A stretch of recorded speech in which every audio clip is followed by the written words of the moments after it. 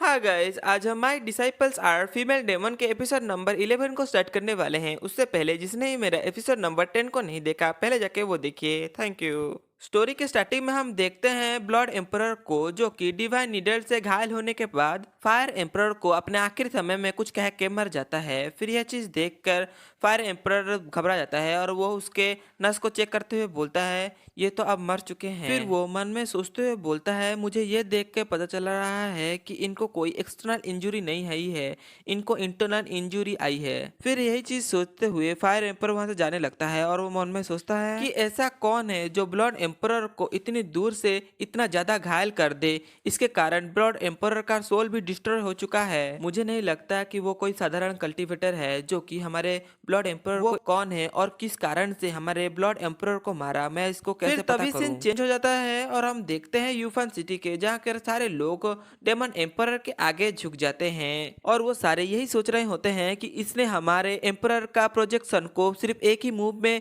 Destroy कर दिया है। ऊपर से ये दो लड़की भी इसको अपना मास्टर मानते हैं। ये बंदा आखिर है कौन। फिर तभी हम देखते हैं लाओ यूसियान को, जो कि बोलती है मास्टर मैंने आपको बहुत ज्यादा मिस किया, फाइनली मैंने आपको देखने का सौभाग्य पाया है। फिर वो बोलती है कि मुझे पता है कि यह आपका कॉन्शियसनेस है जो कि हमें बचाने के लिए यहाँ पर आया है। फिर हम दूसरी तरफ देखते हैं यूजीफू को, जो कि रोते हुए बोलती है मास्टर आप बिल्कुल भी चिंता मत कीजिए, मैंने secret realm of ancient celestial king को ढूंढ लिया है। मुझे पता है कि उसके अंदर एंशियंट इमोर्टल एरे है जहाँ पर मैं आपको फिर से रिजरेक्ट कर सकती हूँ। मैं पूरी तरह से सज्ज हूँ कि आपको दोबारा लाइफ में लाने के लिए, इसके लिए मुझे अपना जान ही क्यों ना देना पड़े। फिर यह सुनकर डेमन एम्परर बोलता है मेरी प्यारी शिष्याओं तुम बिल्कुल भी मत रो, ऐसे तुम बिल्कुल भी ब्यूटीफुल नहीं दिख रही हो। डेमन एम्परर की ये सारी बातें सुनकर उन दोनों में से पहले ला हुसैन बोलती है फूफू क्या मैं सपना देख रही हूँ कि मास्टर ने कुछ अभी बोला। फिर हम दूसरी तरफ देखते हैं फूफू को, जो कि बोलती है कि मैंने 300 साल इंतजार किया मास्टर को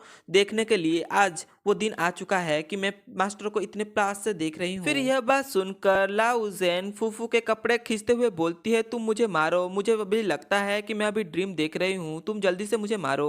फिर यह बात सुनकर डेमन एम्पर हंसते हुए बोलता है मेरी सिली गर्ल क्या तुम्हें अभी भी लगता है कि मैं एक एनर्जी हूँ जिसके अंदर की मेरा कॉन्शियसनेस है। फिर यह बात सुनकर लाउसेन रोते हुए बोलती है मास्टर आप क्या रियल हैं, आप क्या रियल यहाँ पर हैं। फिर हम देखते हैं डेमन एम्पर को, जो कि हीरोइक स्टाइल से खड़े होते हुए बोलते हैं हाँ मैं फिर से रिजरेक्ट हो चुका हूँ, अब मैं वापस आ चुका हूँ, अब तुम्हें कोई भी परेशानी नहीं होगी। फिर यह बात सुनकर ला हुसैन फूफू को पकड़ते हुए बोलती है मुझे अभी भी विश्वास नहीं हो रहा कि हमारे मास्टर लौट आए हैं, मुझे अभी भी लगता है कि मैं अभी भी ड्रीम में हूँ। फिर तभी डेमन एम्पर का सिस्टम डेमन एम्पर से बोलता है आपने पहले शिष्यों को ढूंढ लिया है, इसी वजह से आपका कल्टीवेशन प्रीस इंक्रीज किया जा रहा है 10 वोल्ट का। फिर से सिस्टम बोलता है डेमन एम्परर से आपने अपने सेकेंड डिसाइपल को भी ढूंढ लिया है, इस वजह से आपको रिवॉर्ड दिया जा रहा है कि आप अपने डिसाइपल का कल्टीवेशन बेस को 100 ईयर के कल्टीवेशन बेस की तरह बढ़ा सकते हैं। और एक बात, जो रिवार्ड होस्ट को दिया गया है सिर्फ वही होस्ट यूज कर सकता है,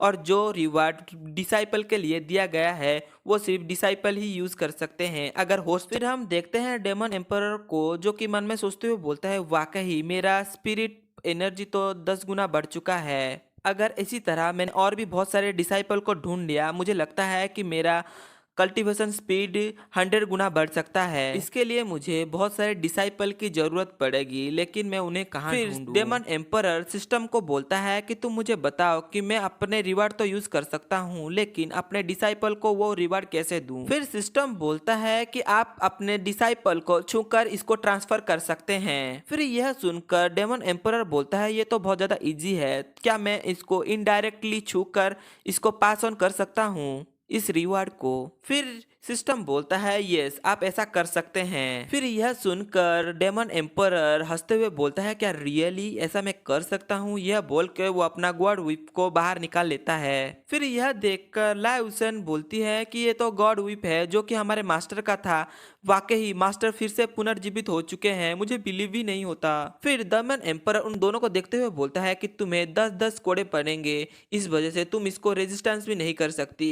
फिर डेमन एम्परर की इतनी बातें खत्म ही होती है कि वो दोनों घूम जाती हैं और बोलती हैं मास्टर आप बिल्कुल भी चिंता मत कीजिए, आप हमें पनिश कर सकते हैं यहाँ पर। फिर यह बात सुनकर डेमन एम्परर उनको उस गॉड वेब से मारने लगता है। फिर हम दूसरी तरफ देखते हैं वाउजी फू को, जो कि उस गॉड वेब से मार खाते हुए उसकी ताकत बढ़ने लगती है। फिर दूसरी तरफ हम देखते हैं लाओ हुसैन को भी ऐसा ही लगता है कि उसकी ताकत बढ़ रही है। फिर हम दूसरी तरफ देखते हैं डेमन एम्परर को, जो कि मन में सोचते हुए बोलता है अगर मैं वुफन सिटी में नहीं आता तो यहाँ पर ये दोनों रेड सन सेट के लीडर के हाथों मारे जाते। फिर हम दूसरी तरफ देखते हैं यूजीफू को, जो कि मार खाते हुए बोलती है क्या मेरी कल्टीवेशन तो बहुत जल्दी जल्दी इंक्रीज हो रही है। फिर यूजीफू घूमते हुए बोलती है मास्टर आप मेरे साथ ये क्या कर रहे हैं, हम आपके ये रिवार्ड को बिल्कुल भी एक्सेप्ट नहीं कर सकते, ये बहुत ज्यादा गलत है क्योंकि आपने अभी अभी ही रिजरेक्ट हुए हैं तो आप बहुत ज्यादा कमजोर होंगे, फिर भी आप हमें ऐसा कैसे अपना कल्टीवेशन को इंक्रीज करने दे सकते हैं, आप अपनी पावर को फिर से ले जाइए। फिर यह बात सुनकर डेमन एम्परर बोलता है मुझे पता है कि मैं क्या कर रहा हूँ, तुम अपना चुपचाप अपना पनिशमेंट को लो और बिल्कुल भी मत घबराओ। फिर हम देखते हैं डेमन एम्परर को, जो कि उन दोनों को अच्छे तरीके से कूट देने के बाद बोलता है तुम खड़ी हो जाओ। फिर वो दोनों ये बात सुनकर समझाते हुए बोलती हैं थैंक यू मास्टर आपका इतने काइंडनेस दिखाने के लिए। फिर हम दूसरी तरफ देखते हैं डेमन एम्परर को, जो कि बोलता है मुझे अब जाकर मेरे और भी बहुत सारे डिसाइपल स्ट्रॉन्ग डिसाइपल को ढूंढना होगा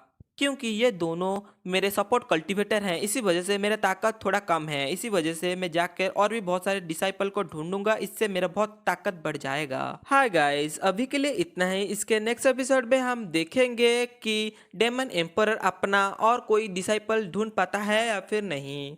अगर आपको हमारी वीडियोस पसंद आती हैं तो हमें सब्सक्राइब और बेल आइकन ऑन कर दीजिए। Thank you.